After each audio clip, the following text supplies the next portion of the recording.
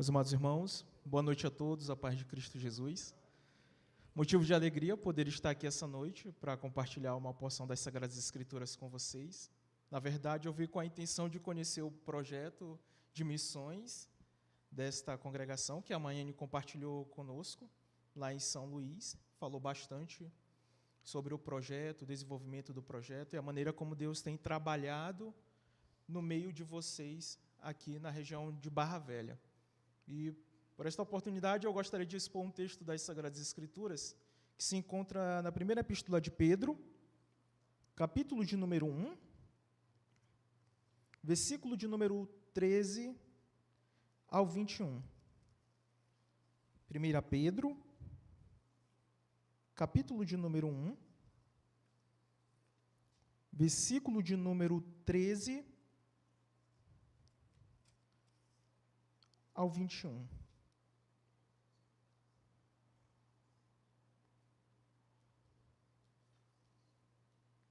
Quantos encontraram podem dizer amém?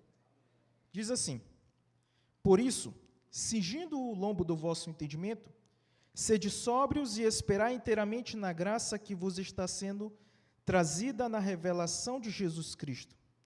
Como filhos da obediência, não vos amoldeis às paixões que tinham anteriormente na vossa ignorância. Pelo contrário, segundo é santo aquele que vos chamou, tornai-vos santos também vós mesmos em todo o vosso procedimento. Porque está escrito: sede santos, porque eu sou santo. Ora, se invocais como Pai aquele que, sem acepção de pessoas, julga segundo as obras de cada um, portai-vos com temor durante o tempo da vossa peregrinação, sabendo que não foi mediante coisas corruptíveis como prata ou ouro que fostes resgatados do vosso fútil procedimento, que vossos pais vos legaram, mas pelo precioso sangue, sangue de cordeiro sem defeito e sem mácula, o sangue de Cristo Jesus, conhecido com efeito antes da fundação do mundo, porém manifesto no fim dos tempos, por amor de vós, que por meio dele tem fé em Deus, o qual ressuscitou dentre os mortos, e lhe deu glória, de sorte que a vossa fé e vossa esperança estejam em Deus. Quando Pedro escreve essa primeira epístola, a igreja ela passava por uma forte perseguição do Senado romano, especialmente pelas mãos de Nero, que no ano de 64 causou um grande incêndio na cidade de Roma. A perseguição se tornou intensa, os irmãos se espalharam, e é por isso que no versículo de número 1, do capítulo 1, Pedro diz que ele se dirige aos irmãos que estão dispersos em diversas regiões. E aqueles cristãos, por intermédio do sofrimento, eles precisavam entender que eles deveriam viver como peregrinos diante do Senhor. E existem algumas características que eles, como peregrinos, deveriam manifestar durante esse tempo aqui na terra. E os versículos de número 1, 13 ao 21, que nós lemos, fala justamente sobre a santidade. Pedro fornece 3 imperativos para uma vida santa. E a primeira delas que Pedro coloca no versículo 13 é colocar a esperança em Deus. A segunda característica é ser santo como Deus é. E a terceiro imperativo é portar-se com temor diante do Senhor. O versículo de número 13 começa, por isso, ou algumas versões iniciam, portanto. Pedro está concluindo uma ideia, uma ação, que se iniciou no versículo de número 3 e se estendeu até o versículo de número 12. E Pedro estava falando sobre santidade, sobre salvação. Ele diz que, por intermédio de Cristo Jesus, Deus resolveu nos ressuscitar espiritualmente, de tal forma que, através da ressurreição de Cristo Jesus, nós temos uma viva esperança. Ele afirma ainda mais nos versículos de número 3 ao 5, que nós temos uma herança reservada nos céus para nós. E essa herança ela não pode ser perdida e não pode ser roubada, porque ela está guardada pelo próprio Deus. No entanto, antes que nós alcancemos essa herança, Pedro descreve que nós iremos passar por diversas provações. E os versículos 6 ao 9 descrevem isso. E ele descreve a provação semelhante a uma metáfora no primeiro século, na qual o ferreiro colocava o ouro ou a prata dentro do fogo, para que pudesse ali remover as suas impurezas. E cada vez que aquele ferreiro tirava do fogo, olhava para aquele metal e não pudesse contemplar a sua face plenamente, então, novamente, ele colocava no fogo. Essa é a metáfora que Pedro usa para descrever as provações na vida do cristão. Deus olha para nós e a imagem de Cristo ainda não está plenamente formada, então ele nos coloca em meio às provações. O texto fala claramente, se necessário. Se for da vontade de Deus, que nós passemos por provações, a fim de que a imagem de Cristo Jesus seja formada em nós, nós iremos passar por essas provações. No capítulo de número 4, o apóstolo Pedro descreve que essas provações, ela vem da parte do Senhor para moldar o nosso caráter. No entanto, Pedro afirma nos versículos 10 ao 12, de que essas provações também faziam parte do plano da redenção. Cristo, o Messias profetizado pelos santos profetas, passariam também por sofrimentos, passaria pela morte, pelo seu sepultamento, mas também receberia da parte de Deus glória, de tal forma que ele ressuscitou e foi assunto aos céus, recebido pelo próprio Deus. Paulo fala em Filipenses, capítulo de número 2, versículos 5 ao 11, que esse é o momento da exaltação de Cristo Jesus. Pedro descreve, os sofrimentos seguiram Cristo Jesus, consequentemente, seguirão os seus discípulos também. No entanto, assim como Cristo foi glorificado, os discípulos de Cristo também serão glorificados pelo próprio Deus. O resultado da salvação, Pedro está dizendo no versículo de número 13, é a santificação. Por isso que não existe vida cristã, ou pessoas que alegam ter obtido a salvação por intermédio de Cristo Jesus, mas não possuem uma vida santificada. Porque Pedro coloca a salvação, santificação como consequência da salvação. E é por esta razão que ele começa o versículo de número 13, dizendo, por isso, cingindo o vosso entendimento. Essa é uma expressão antiga, na qual o mundo do Oriente Médio Antigo utilizavam túnicas esvoaçantes. E quando eles queriam ter mais mobilidade, eles pegavam as pontas das vestes, amarravam entre as pernas, e assim eles poderiam correr ou ir para a guerra. Essa expressão é usada em Êxodo, capítulo de número 12, versículo de número 11, quando Moisés se levanta e diz que o povo deve cingir os seus lombos, porque eles passarão a pés enxutos o mar vermelho. É a mesma expressão usada em 1 Reis, capítulo de número 18, versículo 46, na qual ele afirma que os lombos deveriam ser cingidos e ele deveria anunciar a abundante chuva que o Senhor haveria de derramar naquela nação. E Jesus usa essa metáfora em Lucas capítulo 12, dizendo, estejam acesas as vossas candeias e cingidos os vossos lombos, pois o Filho do Homem virá no momento em que vocês não estiverem esperando. Todas as vezes que essa expressão foi usada no Antigo Testamento, foi demonstrando que Deus estava prestes a realizar uma grande obra. E todas as vezes que Deus convidou o seu povo para cingir os seus lombos, era porque ele estava prestes a se manifestar. E no versículo de número 13, ele fala sobre a manifestação de Cristo Jesus. E essa é a esperança da igreja. Nós aguardamos a volta do nosso Senhor Jesus Cristo. E Pedro está dizendo de maneira clara como nós devemos guardar a volta de Cristo Jesus, cingindo o lombo do nosso entendimento. E Pedro está usando essa metáfora, não para falar de roupas, mas para falar de nossas mentes, dos nossos pensamentos. Nós devemos unir todos os pontos de nossa mente e focar continuamente no momento da revelação de Cristo Jesus. Nós trabalhamos aqui, nós estudamos, nós nos esforçamos e fazemos tudo aquilo que vem à nossa mão, como disse Salomão, mas sempre com vistas no porvir, sempre com vistas no momento da manifestação de Cristo Jesus. É isso que deve impulsionar as nossas vidas no aqui e no agora.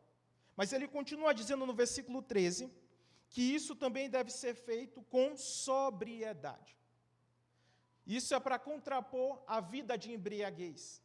Pedro usa novamente uma metáfora para descrever que o cristão, por mais que ele vive a vida aqui, ele não deve se embriagar com as coisas desta vida, mas, sobretudo, manter a sobriedade em relação à vida de Cristo Jesus. Não é incomum nós encontrarmos cristãos que estudam de maneira intensa, visando a sua formação, o seu emprego, o seu trabalho, e muitas vezes se esquecendo da obra do Senhor ou do próprio Senhor. Não é incomum nós encontrarmos pais de famílias extremamente preocupados como irão prover o alimento necessário para a sua família e acabam esquecendo que o grande provedor de todas as coisas é o nosso próprio Deus. Aqui não é um convite, amados irmãos, para a indiferença, para a preguiça, longe disso, mas é um convite para nós trabalharmos, mas sempre colocando a expectativa e a nossa esperança, não nas coisas na era presente, mas nas coisas da era futura, a qual Cristo Jesus haverá de nos trazer. Por isso ele põe contraposição aqui, embriaguez e sobriedade. Pedro usa essa mesma expressão no texto grego, no capítulo de número 4 da sua epístola, no versículo de número 7, quando ele diz: ora, o fim de todas as coisas está próximo.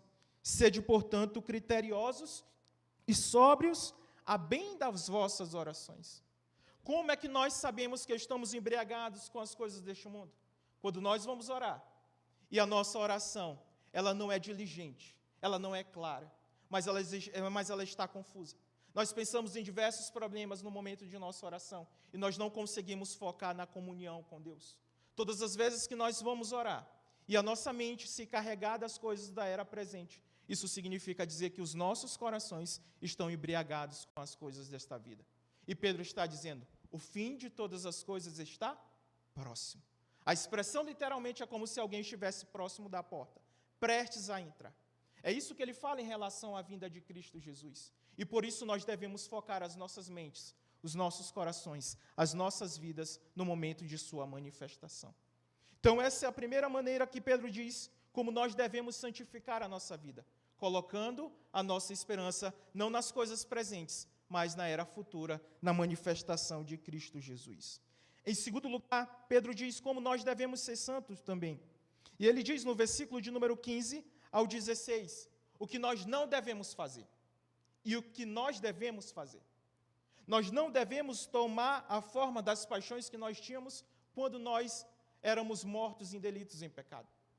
Nós não devemos seguir o mesmo caminho que nós vivíamos outrora.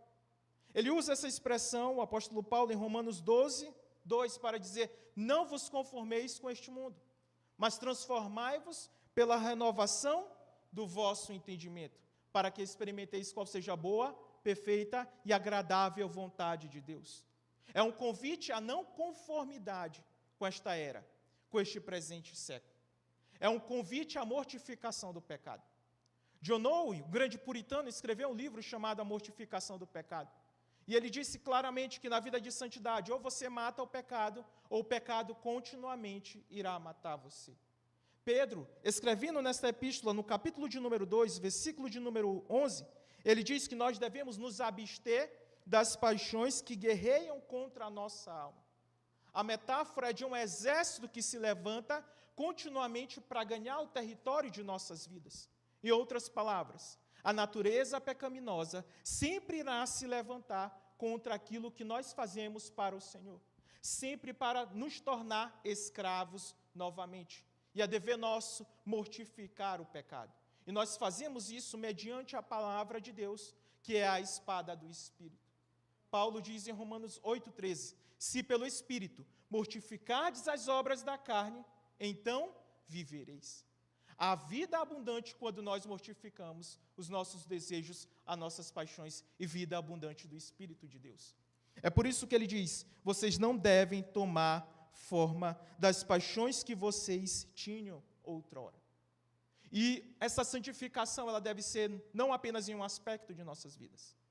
Deus não quer somente uma área de nossas vidas. Deus não quer somente a área de nossas finanças, Deus não quer somente a área do nosso matrimônio, Deus não quer somente a área do momento que eu me entrego na igreja ou no trabalho.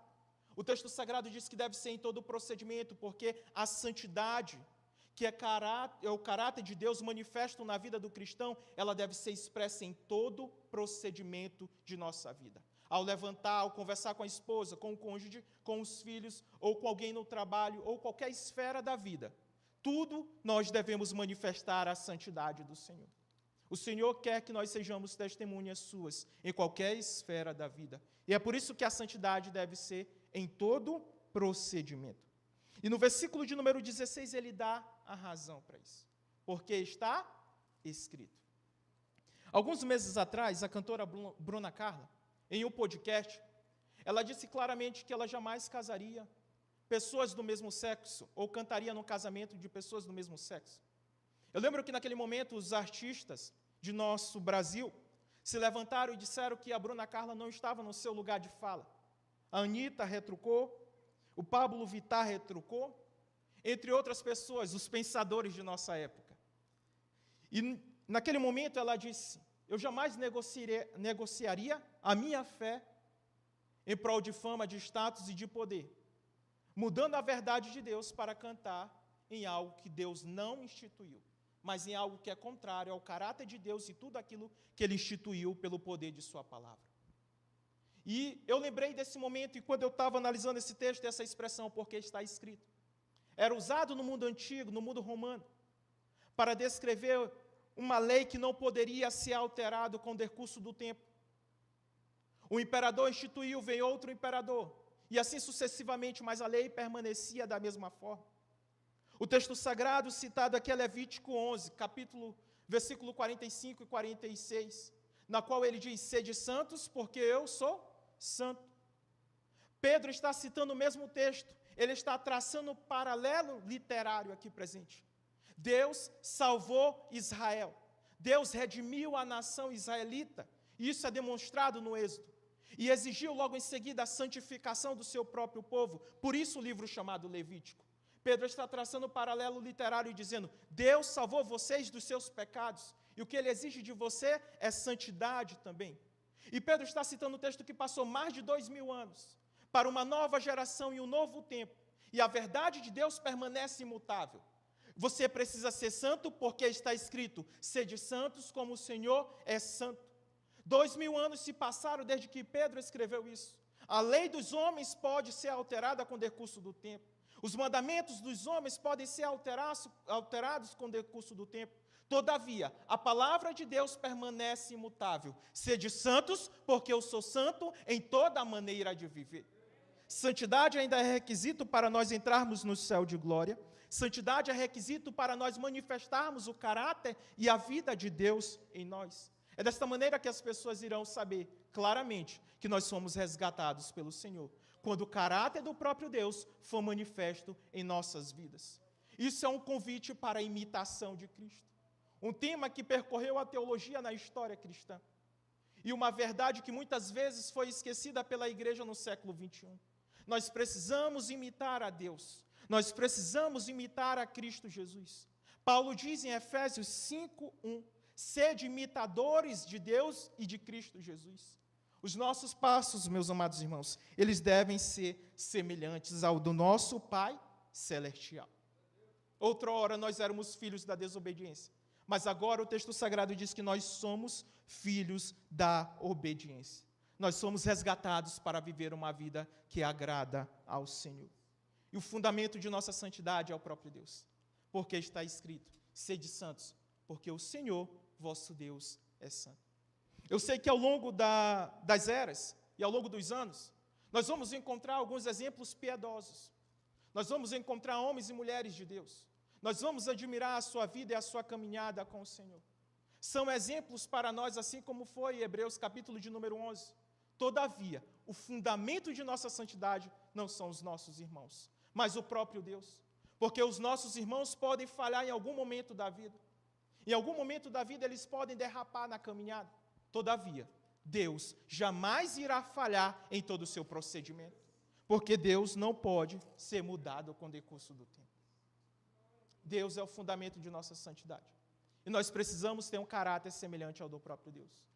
Nós precisamos aprender a andar com o Senhor. Nós precisamos amá-lo de todo o coração. Às vezes, alguns jovens perguntam: como é que eu venço o pecado habitual na minha vida? Quando nós nos rendemos totalmente ao Senhor. Quando as nossas afeições, elas são redirecionadas novamente para Deus. Quando o meu amor é redirecionado para Deus. Quando eu começo a andar com Deus, o meu caráter passa a ser transformado à imagem e à semelhança do próprio Cristo Jesus. Paulo escreve Colossenses capítulo 1, versículo 28 e 29, dizendo claramente que todo o propósito do seu ministério é para apresentar todo homem irrepreensível diante do Senhor na sua vida. Em 2 Coríntios 3,18, ele diz que de glória em glória, este homem está sendo transformado à imagem e à semelhança de Cristo Jesus. Em Romanos 8,28, Paulo diz que o propósito da nossa predestinação em Cristo Jesus é para que nós sejamos semelhantes ao Filho de Deus. Em tudo, Deus está restaurando a sua imagem em nós e nos transformando ao caráter de Cristo Jesus. É por isso que nós devemos ser santos, como santo é o Senhor. Então, em primeiro lugar, Pedro está dizendo como nós devemos ser santos, colocando a esperança na manifestação de Cristo Jesus. Mas, em segundo lugar, Pedro diz nos versículos 14 ao 16, como nós devemos ser santos, abandonando as velhas práticas e nos transformando ao caráter de Cristo Jesus.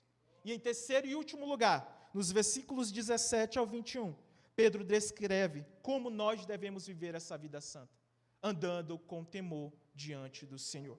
Note como ele diz: ora, se invocais como Pai, aquele que sem acepção de pessoas julga, segundo as obras de cada um, portai-vos com temor durante o tempo de vossa peregrinação. Pedro está dizendo que nós aqui somos meros peregrinos. Nós não temos cidade aqui permanente, nós buscamos a pátria celestial, a pátria futura, da qual o próprio arquiteto é Deus. O escritor aos Hebreus diz isso, Paulo também diz isso aos Filipenses. Nós temos uma cidade, nós temos uma pátria, nós temos uma identidade. E o nosso caráter deve manifestar essa identidade continuamente. E é por isso que nós devemos peregrinar aqui. E ele diz que essa peregrinação ela deve ser com um santo temor diante do Senhor. O temor aqui significa reverência total diante de Deus.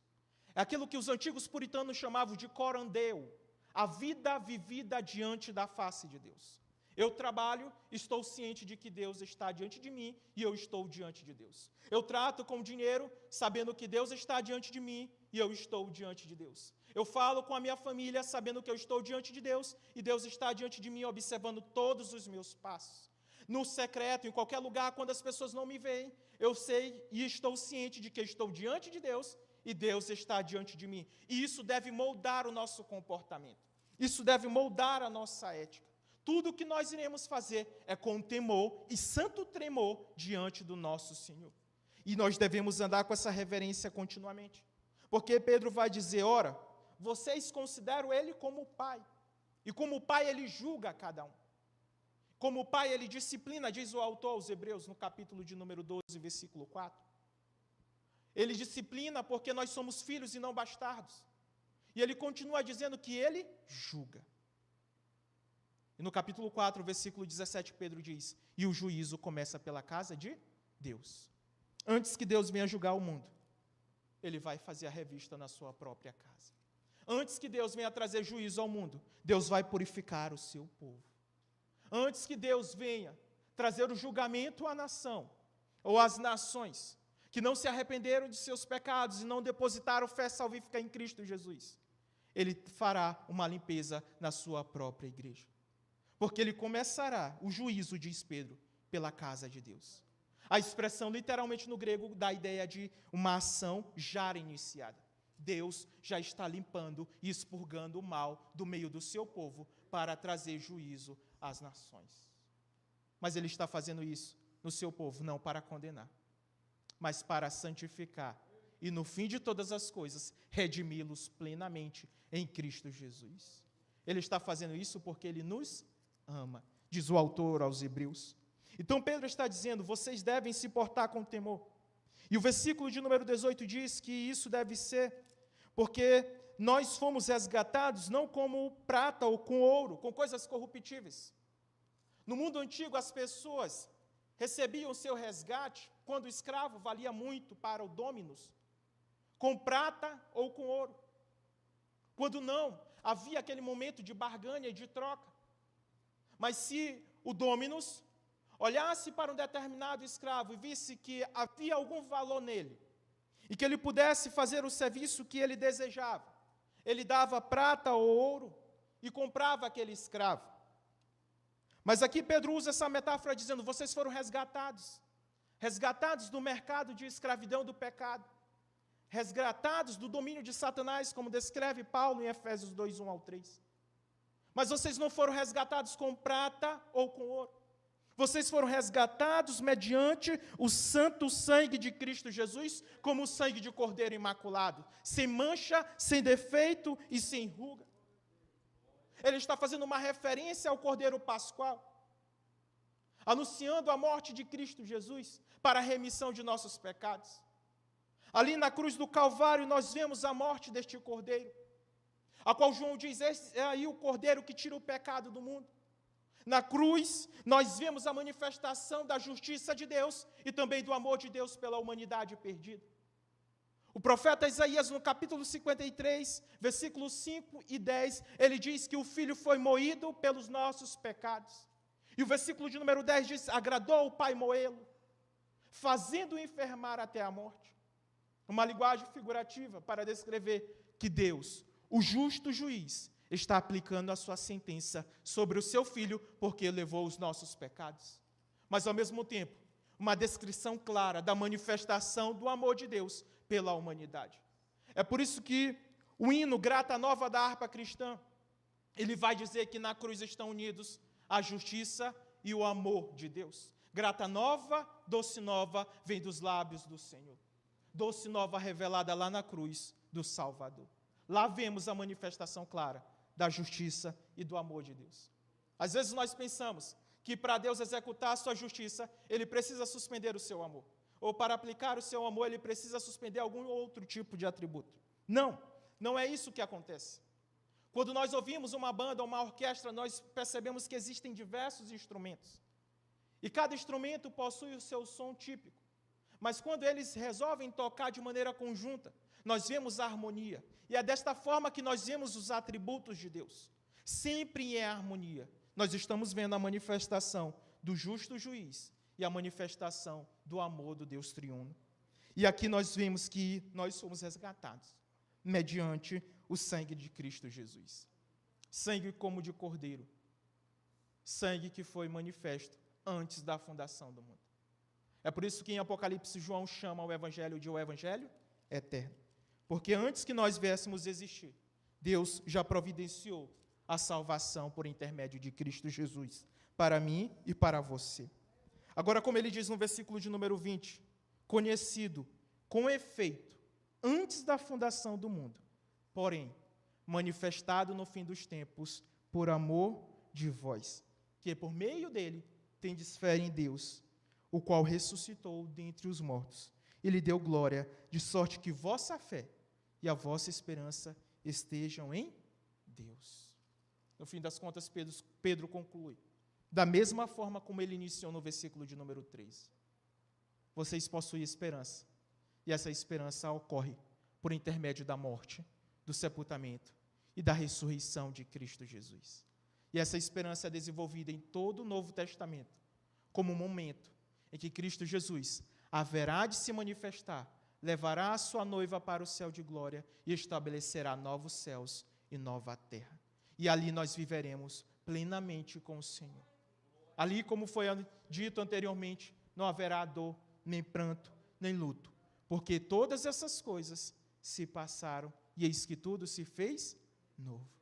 Pedro está tomando como base o profeta Isaías e as profecias messiânicas, falando da nova humanidade, do novo mundo, que ocorre mediante a morte, o sepultamento e a ressurreição de Cristo Jesus, a nossa grande e gloriosa esperança. Por isso, nós devemos ser santos, colocando a esperança na vida de Cristo Jesus, imitando a Deus e vivendo com temor diante do Senhor. Que Deus em Cristo Jesus os abençoe, irmãos.